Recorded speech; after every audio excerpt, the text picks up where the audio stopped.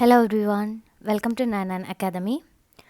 Kerala PSC deputy superintendent of police trainee എന്ന തസ്തികയിലേക്ക് ഇന്ന് നടത്തിയ പരീക്ഷയുടെ ക്വസ്റ്റ്യൻ പേപ്പർ ഡിസ്കഷനാണ്. പ്രൊവിഷണൽ ആൻസർ കീ പ്രകാരമുള്ള ആൻസേഴ്സാണ് ഡിസ്കസ് ചെയ്യുന്നത്. നമുക്ക് വീഡിയോയിലോട്ട് പോകാം.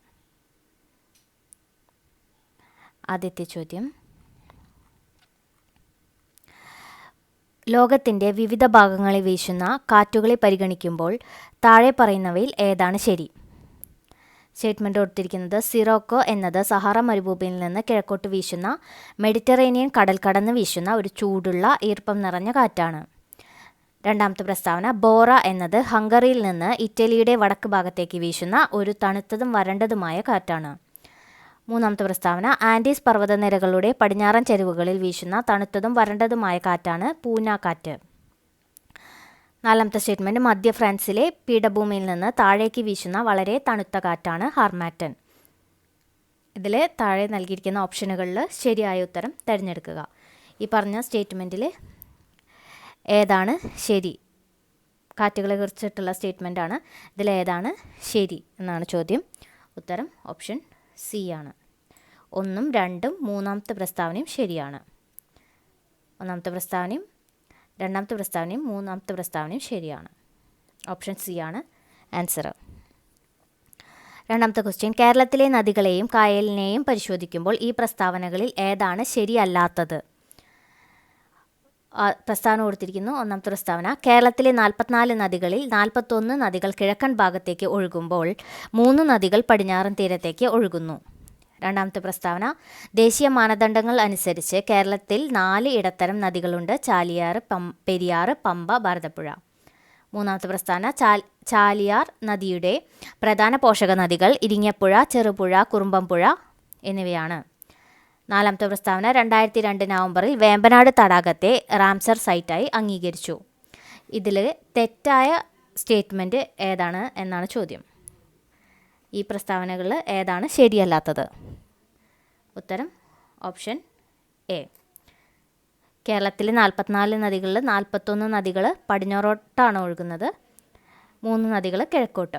ഈ സ്റ്റേറ്റ്മെൻറ്റാണ് തെറ്റ്.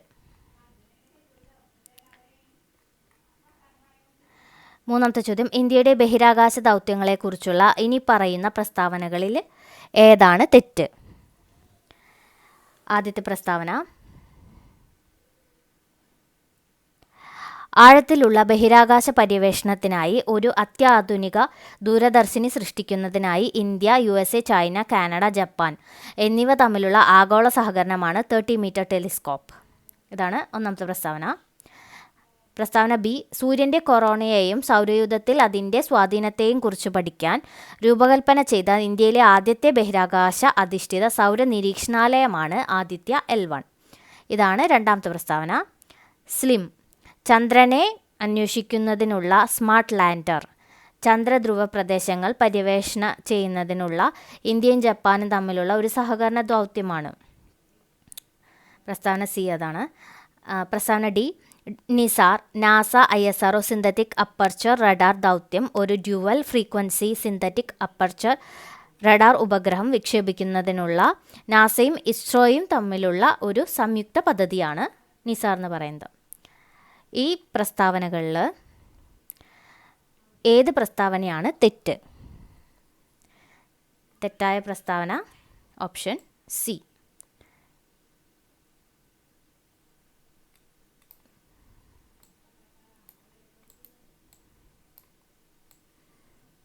ബാക്കി എല്ലാ പ്രസ്താവനയും കറക്റ്റാണ്. അപ്പോൾ ഈ പ്രസ്താവനകൾ നോട്ട് ചെയ്ത് വയ്ക്കുക. നാലാമത്തെ ചോദ്യം, engine of change, the railroads that made India എന്ന പുസ്തകം എഴുതിയത് ആരാണ്?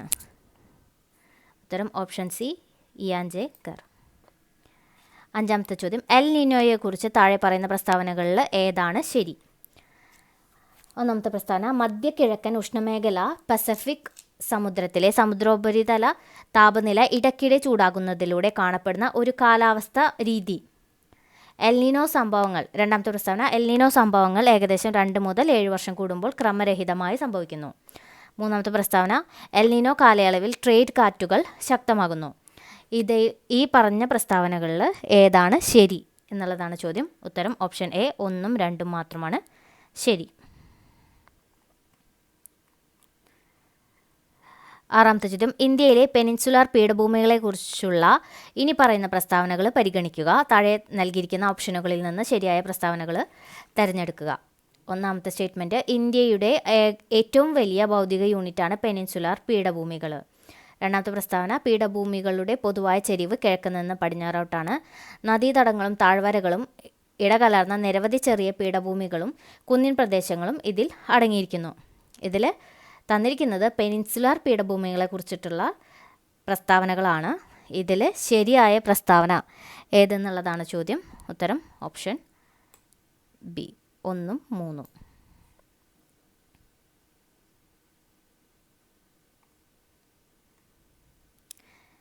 7ാമത്തെ ചോദ്യം, സൈലന്റ് വാലി നാഷണൽ പാർക്കിനെ പരാമർശിച്ച് ഇനി പറയുന്ന പ്രസ്താവനകളിൽ ഏതാണ് ശരി? സൈലന്റ് വാലി നാഷണൽ പാർക്കിനെ കുറിച്ചിട്ടുള്ള ചോദ്യമാണ്. 3 പ്രസ്താവനകൾ തന്നിട്ടുണ്ട്. ഇതിൽ ഏതാണ് ശരി? 1ാമത്തെ പ്രസ്താവന, Silent Valley National Park Nilgiri biosphere റിസർവിനുള്ളിലാണ് സ്ഥിതി ചെയ്യുന്നത്. 2ാമത്തെ പ്രസ്താവന, ഇത് കേരളത്തിലെ പാലക്കാട്, മലപ്പുറം ജില്ലകളിൽ സ്ഥിതി ചെയ്യുന്നു.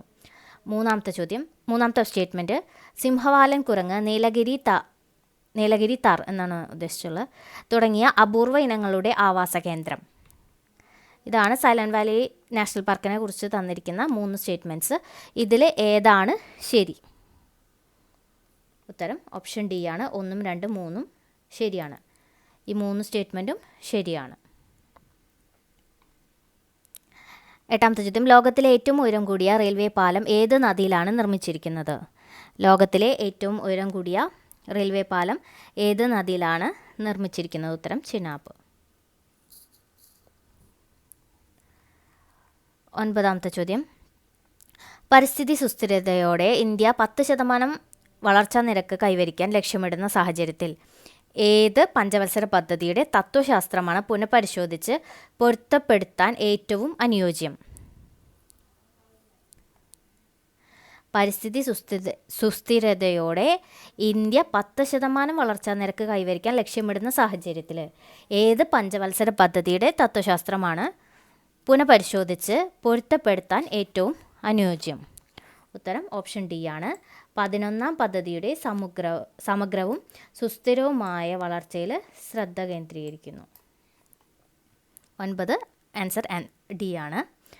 10ാമത്തെ ചോദ്യം, ഇന്ത്യ പോലുള്ള ഒരു വികസ്വര രാജ്യം തദ്ദേശീയ വ്യവസായങ്ങളെ സംരക്ഷിക്കുന്നതിനൊപ്പം കൂടുതൽ വിദേശ നേരിട്ടുള്ള നിക്ഷേപം FDI ആകർഷിക്കാൻ ആഗ്രഹിക്കുന്നുവെങ്കിൽ 1991 ശേഷമുള്ള ഏത് നയതന്ത്രമാണ് മികച്ച ബാലൻസ് നൽകുന്നത്?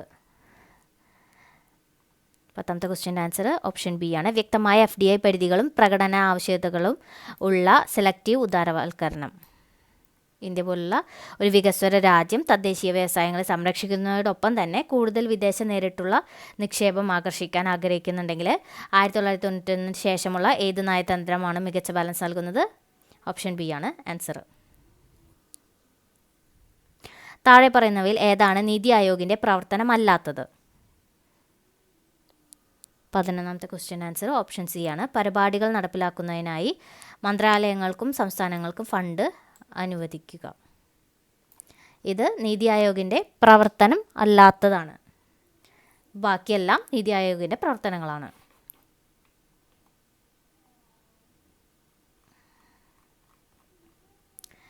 12ാമത്തെ ചോദ്യം, ചരിത്രത്തിൽ ആദ്യമായി 2025 ഐക്യരാഷ്ട്രസഭയുടെ സുസ്ഥിര വികസന ലക്ഷ്യ സൂചികയിലെ മികച്ച 100 രാജ്യങ്ങളിൽ ഇന്ത്യ 99ാം റാങ്കിൽ ഇടം നേടി.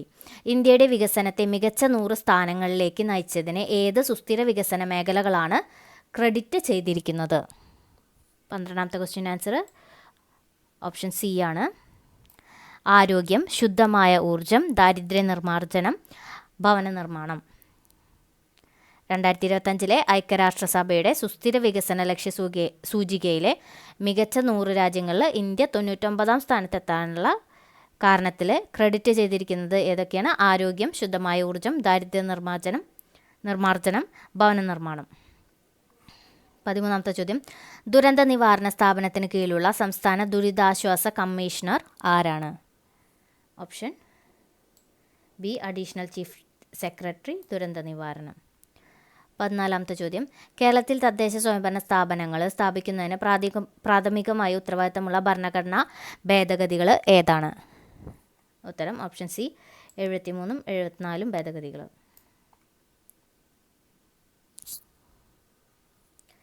15ാമത്തെ ചോദ്യം, ഏറ്റവും മികച്ച പഞ്ചായത്ത് രാജ് സ്ഥാപനങ്ങൾ എങ്ങനെ ഫലപ്രദമാക്കാം എന്ന ചോദ്യം പരിഗണിക്കാൻ ഏത് കമ്മിറ്റിയോട് ആവശ്യപ്പെട്ടു?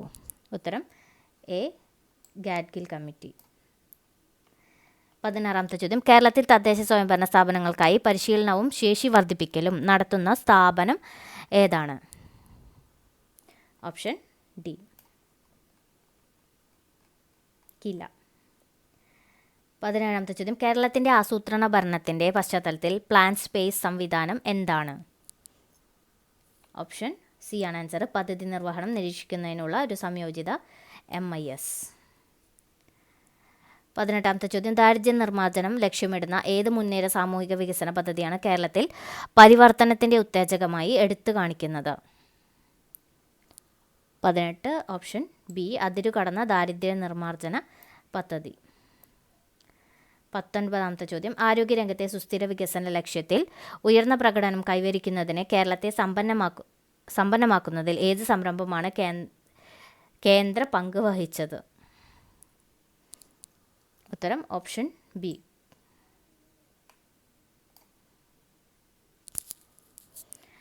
20ാമത്തെ ചോദ്യം, ജലഭക്ഷ്യ ശൃംഖലകളിൽ ഏറ്റവും ശക്തമായി ബയോ മാഗ്നിഫിക്കേഷൻ കാണിക്കുന്ന ഘനലോഹങ്ങൾ ഏതാണ്? ഉത്തരം option B mercury methyl mercury. 21ാമത്തെ ചോദ്യം, ഡയബറ്റീസ് മെലിറ്റസിൻ്റെ വളർച്ചയിലെ ആദ്യകാല അസാധാരണത്വം സാധാരണയായി ഇവയാണ്. 21ാമത്തെ ക്വസ്റ്റ്യൻ ആൻസർ ഓപ്ഷൻ സി പേശികളിലും കരളിലും ഇൻസുലിൻ പ്രതിരോധം. 22ാമത്തെ ചോദ്യം, സെറിബ്രൽ മലേറിയയ്ക്ക് കാരണമാകുന്നത് പ്ലാസ്മോഡിയം ഫാൽസിപാറത്തിൻ്റെ ഏത് ഘട്ടമാണ്? 22 ഓപ്ഷൻ ഡി സ്വിക്കസ്റ്റഡ് പക്വതയുള്ള ട്രോഫോസോയിറ്റുകളും സ്കീസോണ്ടുകളും.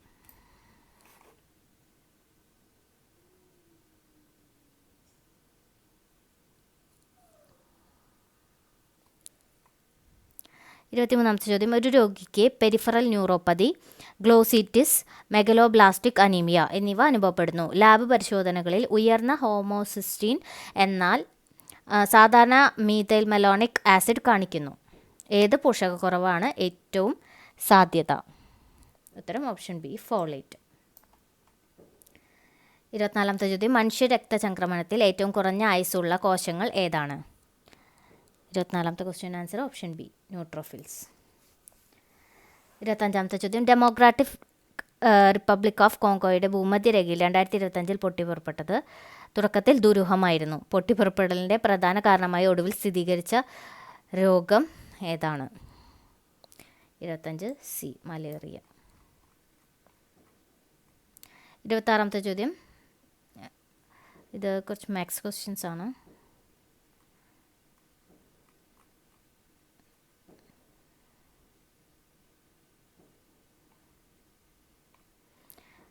മുപ്പത്താറാമത്തെ ചോദ്യം, ശരിയായ ഓപ്ഷൻ കണ്ടെത്തുക. സെഡ് എന്ന ബുദ്ധിമാന്യമുള്ള ഒരു വ്യക്തി എയെ കൊല്ലാൻ ശ്രമിക്കുമ്പോൾ എക്ക് സെഡ് സുബോധമുള്ളവനാണെങ്കിൽ സ്വകാര്യ പ്രതിരോധത്തിനുള്ള അതേ അവകാശമുണ്ട്.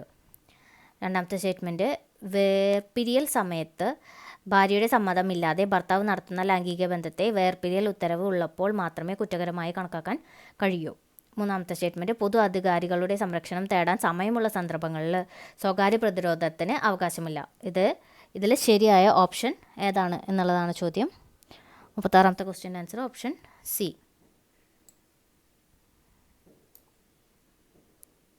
1ഉം 3ഉം ശരിയാണ്.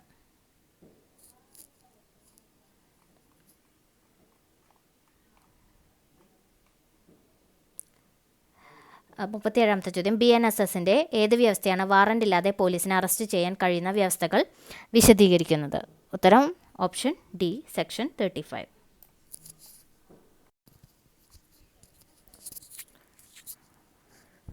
38ാമത്തെ ചോദ്യം, ഭാരതീയ സാക്ഷ്യ അധിനിയമത്തിലെ ഏത് വ്യവസ്ഥയാണ് ഒരു പോലീസ് ഉദ്യോഗസ്ഥനോട് നടത്തുന്ന കുറ്റസമ്മതത്തിൻ്റെ സാധുതയ്ക്കുള്ള വ്യവസ്ഥ വിവരിക്കുന്നത്? ഉത്തരം ഓപ്ഷൻ എ, സെക്ഷൻ 23. ശരിയായ ഓപ്ഷൻ കണ്ടെത്തുക. തന്നിരിക്കുന്ന സ്റ്റേറ്റ്മെൻറ്റ്സിൽ ശരിയായ ഓപ്ഷൻ എ. 40ാമത്തെ ചോദ്യം. ഒരു കോൺസ്റ്റബിൾ കുറ്റകൃത്യം ചെയ്യുന്നത് തടയാൻ ഒരു വ്യക്തിയെ അറസ്റ്റ് ചെയ്യാൻ BNSSലെ ഏത് വ്യവസ്ഥയാണ് ഒരു പോലീസ് ഉദ്യോഗസ്ഥന് അധികാരം നൽകുന്നത്? 40ാമത്തെ question answer section 170, option B. 41ാമത്തെ ചോദ്യം. BNSലെ ലൈംഗിക പീഡന കുറ്റകൃത്യത്തെ താഴെ പറയുന്നവയിൽ ഏതാണ് നിർവചിക്കുന്നത്? 41ാമത്തെ question answer option A, section 75.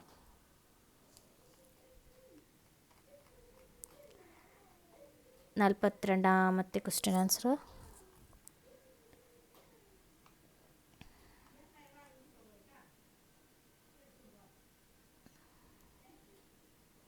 ശരിയായ ഓപ്ഷൻ കണ്ടെത്തുക. ഒന്നാമത്തെ സ്റ്റേറ്റ്മെൻറ്റ്. ഒരു കോടതി പുറപ്പെടുവിക്കുന്ന സമൻസ് അതിൻ്റെ പ്രാദേശിക അധികാര പരിധിക്ക് പുറത്തുള്ള ഏതെങ്കിലും സ്ഥലത്ത് നൽകണമെന്ന് ആഗ്രഹിക്കുമ്പോൾ സാധാരണയായി അത്തരം സമൻസ് പകർപ്പായി സമൻസ് അയച്ച വ്യക്തി താമസിക്കുന്ന സ്റ്റേഷൻ ഹൗസ് ഓഫീസർമാർക്ക് അയക്കേണ്ടതാണ്. രണ്ടാമത്തെ സ്റ്റേറ്റ്മെൻറ്റ്. ജാമ്യം ലഭിക്കാവുന്ന കുറ്റകൃത്യത്തിൽ കുറ്റാരോപിതനായ ഒരാളെ വാറണ്ടില്ലാതെ ഒരു പോലീസ് ഉദ്യോഗസ്ഥൻ അറസ്റ്റ് ചെയ്യുമ്പോൾ അറസ്റ്റ് ചെയ്യപ്പെട്ട വ്യക്തിയെ ജാമ്യത്തിൽ വിടാൻ അർഹതയുണ്ടെന്നും അയാൾക്ക് വേണ്ടി ജാമ്യക്കാരെ ഏർപ്പാട് ചെയ്യാമെന്നും അറിയിക്കണം. മൂന്നാമത്തെ സ്റ്റേറ്റ്മെൻറ്റ്. സിവിൽ ബലപ്രയോഗം ഉപയോഗിച്ച് സംഘം ചേരുന്നതിനുള്ള വ്യവസ്ഥകൾ BNSSലെ സെക്ഷൻ 148 വിശദീകരിക്കുന്നു. നാലാമത്തെ സ്റ്റേറ്റ്മെൻറ്റ്. ബലാത്സംഗ കുറ്റാരോപിതനായ വ്യക്തിയുടെ വൈദ്യപരിശോധനയ്ക്ക് BNSSലെ സെക്ഷൻ 46 വ്യവസ്ഥ ചെയ്യുന്നു. ഇതിൽ ശരിയായ ഓപ്ഷൻ ഏതാണ്? ഓപ്ഷൻ എ ആണ്. 2ഉം 3ഉം മാത്രം ശരിയാണ്. 2ഉം 3ഉം മാത്രമാണ് ശരി.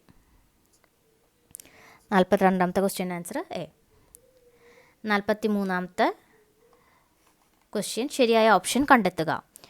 ഒന്നാമത്തെ സ്റ്റേറ്റ്മെൻറ്റ്. ചോദ്യം എ ഒരു പ്രത്യേക വിഷം കഴിച്ചോ എന്നതാണ്. ആ വിഷം കഴിച്ച മറ്റു വ്യക്തികൾ ചില ലക്ഷണങ്ങൾ പ്രകടിപ്പിച്ചിരുന്നു എന്ന വസ്തുത വിദഗ്ധർ ആ വിഷത്തിൻ്റെ ലക്ഷണങ്ങളാണെന്ന് സ്ഥിരീകരിക്കുകയോ നിഷേധിക്കുകയോ ചെയ്യുന്നത് പ്രസക്തമാണ്. രണ്ടാമത്തെ സ്റ്റേറ്റ്മെൻറ്റ്. ഏതെങ്കിലും പൊതു ആചാരത്തിൻ്റെയോ അവകാശത്തിൻ്റെയോ നിലനിൽപ്പിനെക്കുറിച്ച് കോടതി ഒരു അഭിപ്രായം രൂപീകരിക്കേണ്ടി വരുമ്പോൾ അത്തരമൊരു ആചാരത്തിൻ്റെയോ അവകാശത്തിൻ്റെയോ നിലനിൽപ്പിനെക്കുറിച്ചുള്ള അത് നിലവിലുണ്ടെങ്കിൽ അതിൻ്റെ നിലനിൽപ്പിനെക്കുറിച്ച് അറിയാൻ സാധ്യതയുള്ള വ്യക്തികളുടെ അഭിപ്രായങ്ങൾ പ്രസക്തമല്ല. മൂന്നാമത്തെ സ്റ്റേറ്റ്മെൻറ്റ്. എയുടെ മരണം വിഷം മൂലമാണോ എന്നതാണ് ചോദ്യം. എ മരിച്ചതായി കരുതപ്പെടുന്ന വിഷം മൂലമുണ്ടാകുന്ന ലക്ഷണങ്ങളെക്കുറിച്ചുള്ള വിദഗ്ധരുടെ അഭിപ്രായങ്ങൾ പ്രസക്തമാണ്. ഇതിൽ ഏത് ഓപ്ഷനാണ് ശരി? Option D.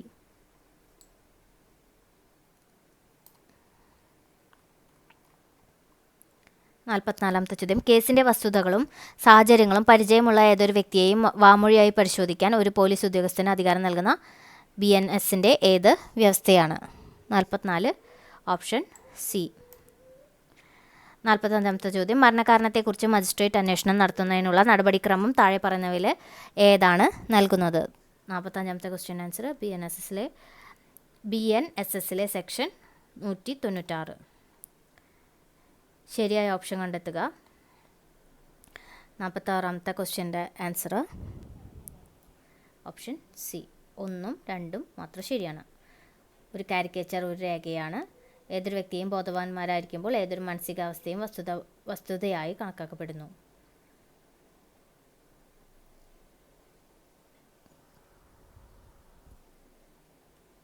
നാൽപ്പത്തേഴാമത്തെ ചോദ്യം. BNS പ്രകാരം കൊലപാതകത്തിൽ നിന്ന് കുറ്റകരമായ കൊലപാതകത്തെ വേർതിരിക്കുന്ന വകുപ്പ് ഏതാണ്? 47, ഓപ്ഷൻ സി. 48ാമത്തെ ചോദ്യം. ഭാരതീയ സാക്ഷ്യ അധിനിയമത്തിലെ ഏത് വ്യവസ്ഥയാണ് മരിച്ച വ്യക്തികൾ നടത്തുന്ന പ്രസ്താവനകളുടെ പ്രസക്തി കൈകാര്യം ചെയ്യുന്നത്? 48, ബി. അടുത്ത ചോദ്യം. മനുഷ്യക്കടത്ത് കുറ്റകൃത്യം ഇനി പറയുന്ന പ്രകാരം നിർവചിച്ചിരിക്കുന്നു. 49ാമത്തെ ക്വസ്റ്റ്യൻ ആൻസർ ഓപ്ഷൻ ബി. BNSലെ സെക്ഷൻ 143. 50ാമത്തെ ചോദ്യം. ഭാരതീയ സാക്ഷ്യ അധിനിയമത്തിലെ ഏത് വ്യവസ്ഥയാണ് തെളിവ് എന്നതിനെ നിർവചിക്കുന്നത്? 50 ഓപ്ഷൻ ബി. 2005 വിവരാവകാശ നിയമപ്രകാരം വിവരം എന്ന് നിർവചിച്ചിരിക്കുന്നത് താഴെ പറയുന്നവയിൽ ഏതാണ്? കൊടുത്തിരിക്കുന്നു അഭിപ്രായങ്ങൾ, ഉപദേശങ്ങൾ, സാമ്പിളുകൾ, മോഡലുകൾ. ഇതിൽ 2005 വിവരാവകാശ നിയമപ്രകാരം വിവരം എന്ന് നിർവചിച്ചിരിക്കുന്നത് എന്തിനെയാണ്? ഉത്തരം ഓപ്ഷൻ ഡി ആണ്, എല്ലാം.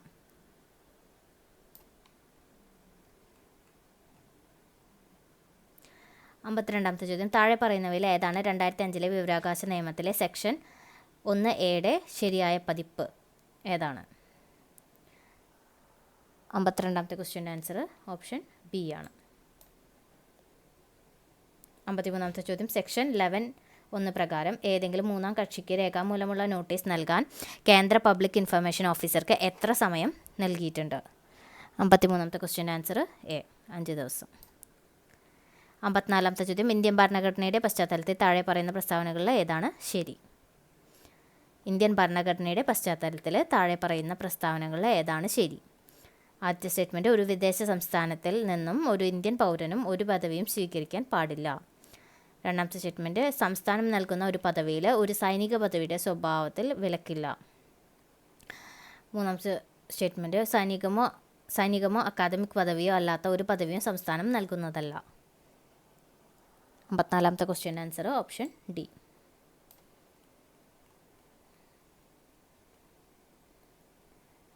55ാമത്തെ ചോദ്യം, ഇന്ത്യൻ ഭരണഘടനയുടെ 3-ാം ഭാഗം നൽകുന്ന അവകാശങ്ങൾ നടപ്പിലാക്കുന്നതിനുള്ള പരിഹാരങ്ങളുടെ പശ്ചാത്തലത്തിൽ സുപ്രീം കോടതി അതിൻ്റെ റിട്ട് അധികാരപരിധിയിൽ വിനിയോഗിക്കാവുന്ന എല്ലാ അല്ലെങ്കിൽ ഏതെങ്കിലും അധികാരങ്ങളും അതിൻ്റെ അധികാരപരിധിയുടെ പ്രാദേശിക പരിധിക്കുള്ളിൽ പ്രയോഗിക്കാൻ പാർലമെൻറ്റിന് നിയമം വഴി മറ്റേതൊരു കോടതിയെയും അധികാരപ്പെടുത്താം.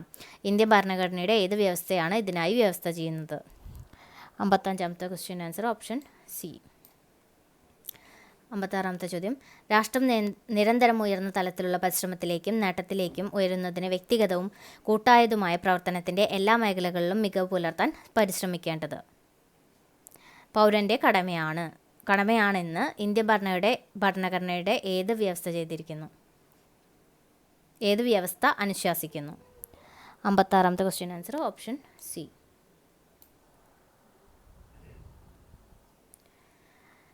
57ാമത്തെ ചോദ്യം, ഇന്ത്യൻ ഭരണഘടനയുടെ ഏത് വ്യവസ്ഥയാണ് ഒരു പബ്ലിക് സർവീസ് കമ്മീഷനിലെ അംഗത്തിന് കമ്പനിയിലെ അംഗമെന്ന നിലയിലും കമ്പനിയുടെ മറ്റ് അംഗങ്ങളുമായി പൊതുവായും ഏതെങ്കിലും സർക്കാർ കരാറിൽ നിന്ന് പ്രയോജനം നേടുന്ന ഒരു സംയോജിത കമ്പനിയുടെ ലാഭത്തിൽ അത്തരം പ്രവൃത്തിയെ മോശം പെരുമാറ്റമായി കണക്കാക്കാതെ തന്നെ പങ്കെടുക്കാൻ അനുവദിക്കുന്നത്? 57ാമത്തെ ക്വസ്റ്റ്യൻ ആൻസർ ഓപ്ഷൻ ഡി. 58ാമത്തെ ചോദ്യം, ഇന്ത്യൻ ഭരണഘടനയുടെ ഏത് വ്യവസ്ഥയാണ് കൺട്രോളർ ആൻഡ് ഓഡിറ്റർ ജനറൽ തൻ്റെ പദവിയിൽ നിന്ന് വിരമിച്ചതിന് ശേഷം ഇന്ത്യ ഗവൺമെൻറ്റിന് കീഴിലോ ഏതെങ്കിലും സംസ്ഥാന സർക്കാരിൻ്റെ കീഴിലോ കൂടുതൽ പദവികൾക്ക് അർഹതയുള്ളവനായിരിക്കില്ലെന്ന് അനുശാസിക്കുന്നത്? 58ാമത്തെ ചോദ്യം ഓപ്ഷൻ ഡി.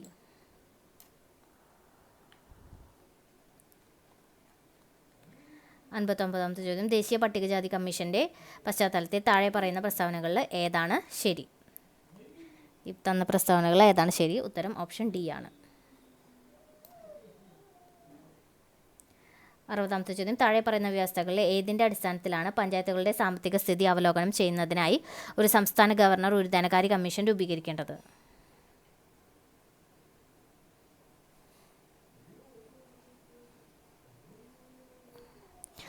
60ാമത്തെ ചോദ്യം, ഇതിൻ്റെ answer option C.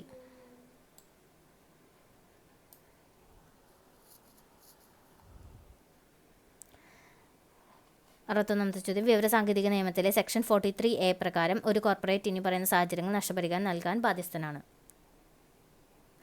61ാമത്തെ question answer option B.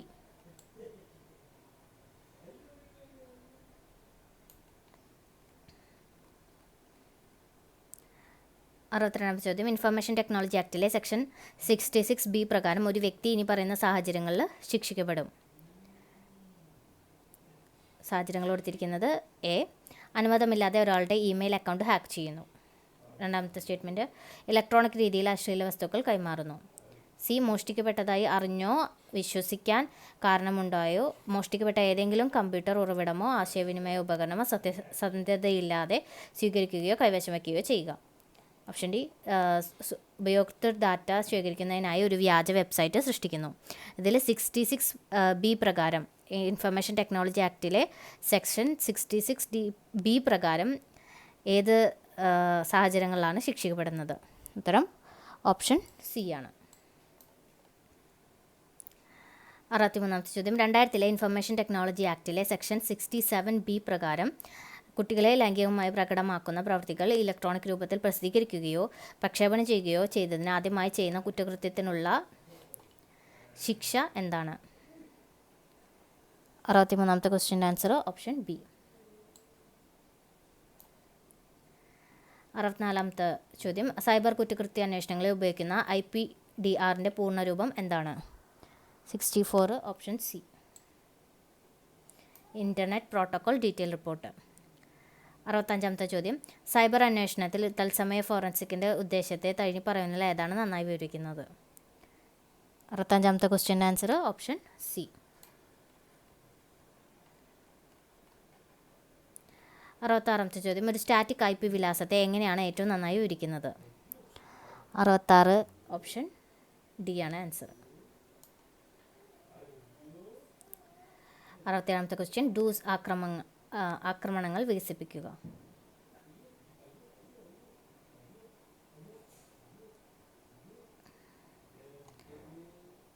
67ാമത്തെ ക്വസ്റ്റ്യൻ്റെ answer option A. 68ാമത്തെ ചോദ്യം, ഒരു സ്ത്രീ ഇൻ്റർനെറ്റ്, ഇമെയിൽ അല്ലെങ്കിൽ മറ്റേതെങ്കിലും തരത്തിലുള്ള ഒരു ഇലക്ട്രോണിക് ആശയവിനിമയം ഉപയോഗിക്കുന്നത് നിരീക്ഷിക്കുന്ന ഏതൊരു പുരുഷനും ഏത് കുറ്റകൃത്യമാണ് ചെയ്യുന്നത്? ഡാഷ് എന്ന കുറ്റകൃത്യം ചെയ്യുന്നു. 68ാമത്തെ ക്വസ്റ്റ്യൻ്റെ ആൻസർ ഓപ്ഷൻ ബി. 69ാമത്തെ ചോദ്യം, CSIRT വികസിപ്പിക്കുക. Option A. 70ാമത്തെ ചോദ്യം, ഇനി പറയുന്നവയിൽ ഏതാണ് ഡിജിറ്റൽ ഫോറൻസിക്സിൻ്റെ ശാഖകൾ? 70ാമത്തെ ചോദ്യത്തിന് ആൻസർ ഓപ്ഷൻ ഡി. 71ാമത്തെ ചോദ്യം, വ്യക്തിപരമായ വളർച്ചയ്ക്കും സ്വയം യാഥാർത്ഥ്യമാക്കലിനും ഊന്നൽ നൽകുന്ന മനഃശാസ്ത്ര സമീപനം ഏതാണ്? 71ാമത്തെ ചോദ്യം ഓപ്ഷൻ സി. 72ാമത്തെ ചോദ്യം, ചില ഉത്തേജകങ്ങളിൽ തെരഞ്ഞെടുത്ത് ശ്രദ്ധ കേന്ദ്രീകരിക്കുന്നതിൽ ഉൾപ്പെടുന്ന പ്രധാന പ്രക്രിയയെ വിളിക്കുന്നു? എന്താണ്? 72 ഓപ്ഷൻ ബി ആണ്.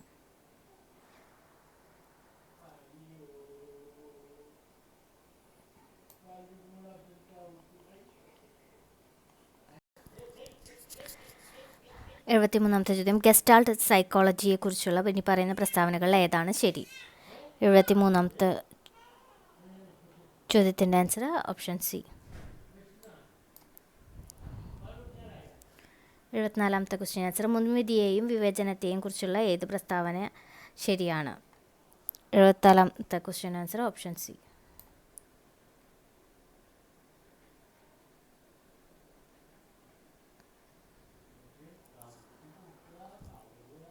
71ാമത്തെ ക്വസ്റ്റ്യൻ ആൻസർ, എറിക്സണിൻ്റെ അഭിപ്രായത്തിൽ കൗമാരക്കാലത്തെ പ്രാഥമിക മാനസിക സാമൂഹിക സംഘർഷം ഇവയാണ്?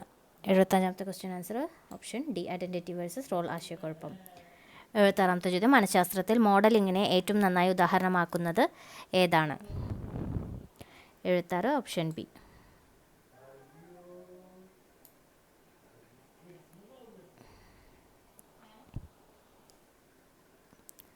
77ാമത്തെ ചോദ്യം, സാംസ്കാരിക അഭാവം ഏത് മാനസിക മേഖലയാണ് ഏറ്റവും ശക്തമായി ബാധിക്കുന്നത്? 77ാമത്തെ ചോദ്യം ഓപ്ഷൻ 77ാമത്തെ ചോദ്യത്തിൻ്റെ ഉത്തരം ഓപ്ഷൻ എ, വൈജ്ഞാനിക വികസനം. 78ാമത്തെ ചോദ്യം, ഇൻ്റർ ഗ്രൂപ്പ് സംഘർഷത്തെക്കുറിച്ചുള്ള ഏത് പ്രസ്താവനയാണ് ശരി? 78ാമത്തെ ക്വസ്റ്റ്യൻ ആൻസർ ഓപ്ഷൻ ബി. 79ാമത്തെ ചോദ്യം, മനഃശാസ്ത്രപരമായ ആശയത്തെ അതിൻ്റെ ശരിയായ വിവരണവുമായി പൊരുത്തപ്പെടുത്തുക. 79ാമത്തെ question answer option B. 1 B, 2 C, 3 D, 4 A.